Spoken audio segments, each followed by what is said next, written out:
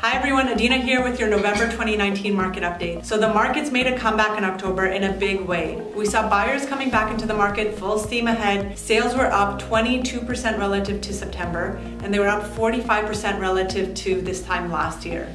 If we look at it compared to the 10-year sales average, we see that sales were up about almost 10% relative to that average. So it's definitely higher sales volume than we're typically used to seeing at this time of the year. Listings, on the other hand, have taken a downward trend. So we see the pace of new listings is down 16% relative to September, and it was down about 16% also relative to last year. So this effect of having less inventory coming onto the market and higher sales volume has absorbed a lot of the existing inventory that has been sitting there. And total inventory on the market is down about 9% relative to September, and it's down about 6% relative to last year. So if you've been following, we started the year off with a huge glut of inventory on the market and slow sales, and now we've been seeing sales ramp up from April basically all the way up until October, and they're currently at their peak. But we've seen that upward trend, whereas we've seen for inventory on a downward trend. We had a big glut of inventory in the spring, and then now it's tapered off, and it's at one of its lowest points since last year. So what does this mean? Well, the combination of these two forces has put upward pressure back onto the sales to active listings ratio. So the sales to active listings ratio is currently sitting at 23% for our region across all property types.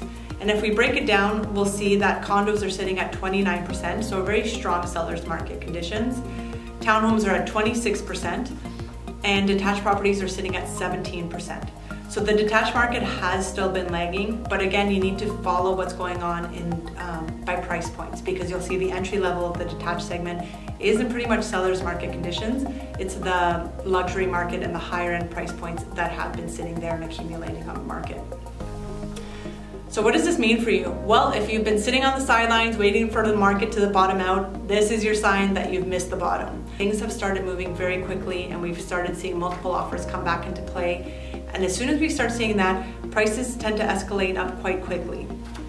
So you need to get yourself plugged in, find out what's going on, and see what you can do to take advantage of it now. On the selling side, if you are holding on to a piece of property that you were thinking of selling next year, it may be a great time and see what's going on in your neighborhood or your building, and how much inventory is there. Because if there's not a lot of inventory and it's an area where there is a lot of buyer demand, you may be in a great position to get yourself multiple offers and capitalize on what's going on in the market right now.